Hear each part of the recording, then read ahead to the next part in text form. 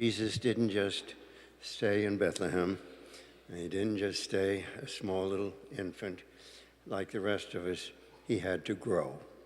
And so we follow the little progress of the Holy Family today and find it very inspiring, I hope.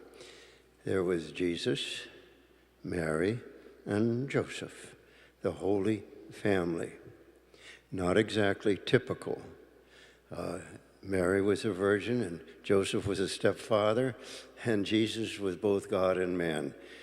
Is there anything such as a typical family today? Not too frequently. So we're going to talk about that. It's one thing to know about God, to prove his existence, that somewhere out there beyond the stars is this eternal intelligence creator who is keeping the whole world going. That's one thing. But I think what you and I want, and actually do have, is the experience of God. And we experience God through relationships, and it all kind of begins with family. That's why it is so important, so essential that we have family. Well, there is not just one definition, as we've already indicated. God himself is family. There is the Father, there is the Son, and there is the love between them called the Holy Spiration, the Holy Spirit. So God himself is, in some sense, family. Now you and I were made to the image and likeness of God, and so maybe you can kick this up one more step and say that you as an individual can be said to be family. There is you, and there is the thought that you have of yourself, your self-consciousness, and there is the relationship between you and yourself. And hopefully that bond between you and who you think you are is love. That's why God said, love your neighbor as yourself. If you don't love yourself, you are in trouble. And so are the people around you. It is essential that we do not practice stupid, false humility. I'm nothing. That's not true. We are something. We are somebody because we are the children of God, and we are family to our own selves. We experience God, again, as we say, through relationships, and they're not all equally intimate, but I would like to talk to you and explain what I mean. Not at this church, but at another church, pretty regularly on Sunday morning, this man comes in with this beautiful little boy who looks exactly like him. He's a clone. And so the father's always smiling, and the little boy is always smiling. And he reaches out. He used to do that. Now he stands and he greets me, and that is family. Christmas Day, I was in Poland or Youngstown, Ohio, with my family, and my brother has 6 children and about 17 grandchildren. They're Catholic, and so it is just wonderful. I get there about 1:30, and I walk in the door. There are 9 cars out there, most of them white. I walk in, and Sarah, 6 years old, comes running up like this. Oh, Father Jim. And I hug her, and that's family. And then right behind Sarah is Jane, who's 8. They're beautiful children. And she comes running up, Father Jim. And we hug, and that's family. And then their mother, my niece, who's about 43, just recovered from double mastectomy and has her own hair back. And I look at her and I said, "Is that yours?" "It's mine." That is family. I look over their shoulder at my brother, who's 92, and his wife, who's about 90, and they've been gathering these people together forever. And they're just awful good people. They all keep the faith and vacation together and come together on the big days, and they're not poor. So that is, Christmas Day, that is one side of my family. My sister's 94. She lives in Butler, Pennsylvania, in the same house that she went to when she was married in 1946. She believes in stability. You don't move around. And so at 94, she's been widowed a long time, has a lot of kids and so on elsewhere, but she lives alone, and she drives this car to give out communion at the hospital and the nursing homes and so on every week. And she counts the money and gives out Holy Communion and goes home and collapses. She will not drive with anybody, and there is nobody I know who will drive with her.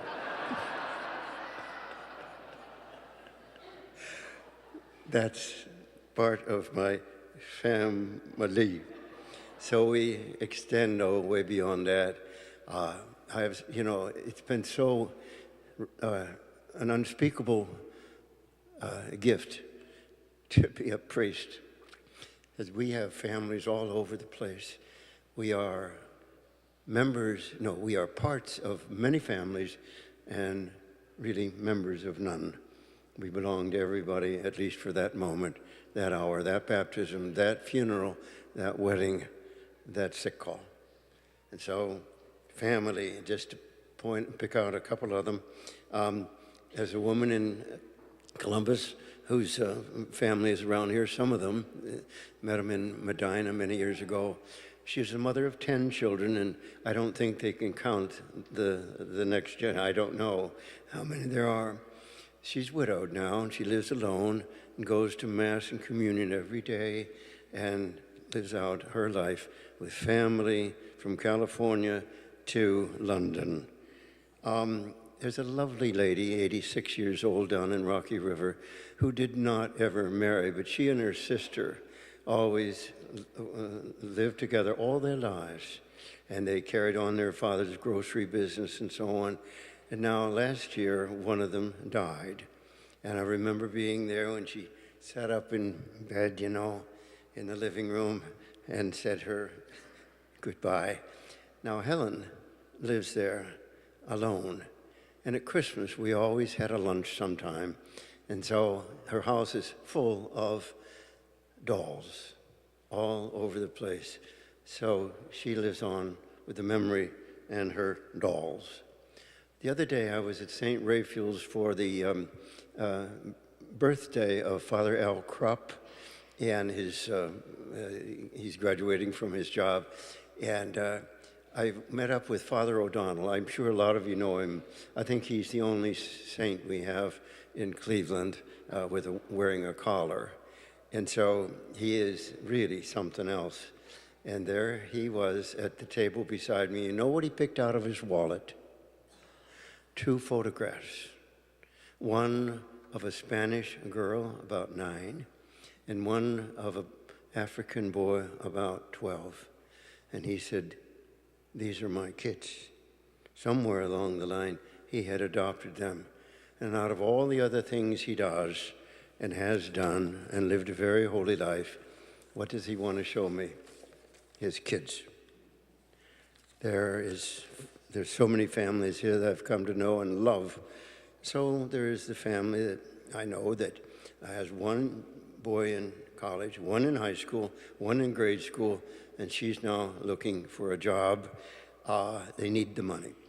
There's another one who has 2 little preschool boys.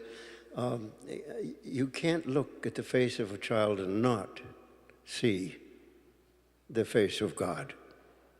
And these 2 beautiful little kids, come up And the mother is very young and beautiful, and she has had 2 miscarriages in the last couple of years, and she smiles on and makes the cookies and everything else, and that is family.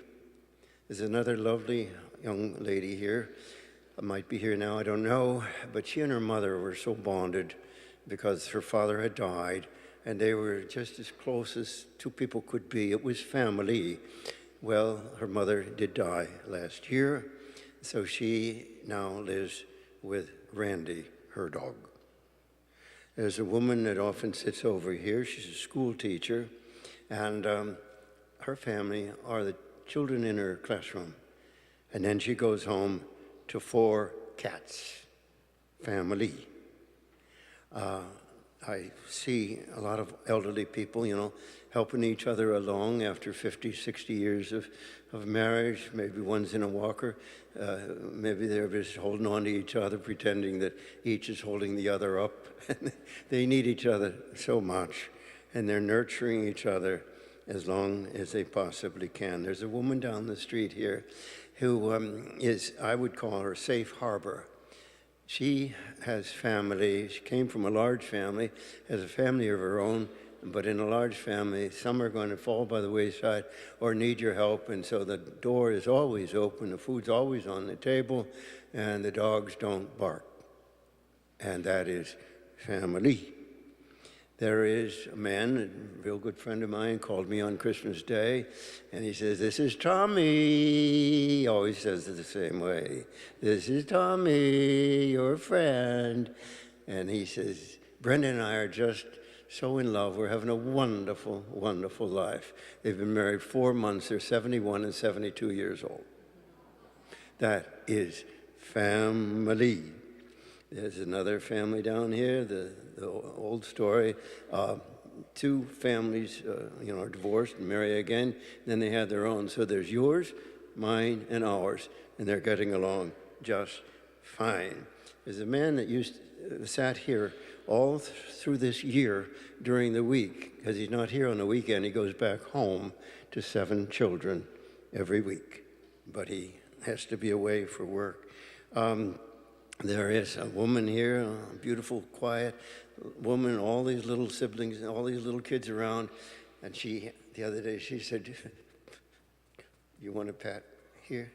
Because Grace Elizabeth is on her way. That's family. Then there is a real good friend of mine whose wife left him and went out with another man, another man, another man, another man, another man. They're divorced. So his great love is seeing that he raises his children with faith and integrity. And then I could go on, of course, and I'll just end with this one. There is a very idealistic woman now who was in high school when I was ordained, and she wanted to marry the perfect man. I think she had his name picked out and everything, is just perfect. Well, here we are now, 55 years later. She had her 8 children, and she has Megan. And the only picture she sent this year, instead of the collage of everybody, was a picture of her, Jean Ann, and her husband, Mel, and Megan, who has Down's syndrome. She's 40 years old. That is family. You never saw 3 brighter smiles on any card than those 3. And so it goes. We are family. Together, our Father, who art in heaven, hallowed be thy name. Thy kingdom come, thy will be done, on earth as it is in heaven. Give us this day our daily bread, and forgive us our trespasses, as we forgive those who trespass against us. And lead us not into temptation, but deliver us from evil. Amen. What family really builds on is what we call unconditional love. I can come in any time and say, "Honey, I'm home."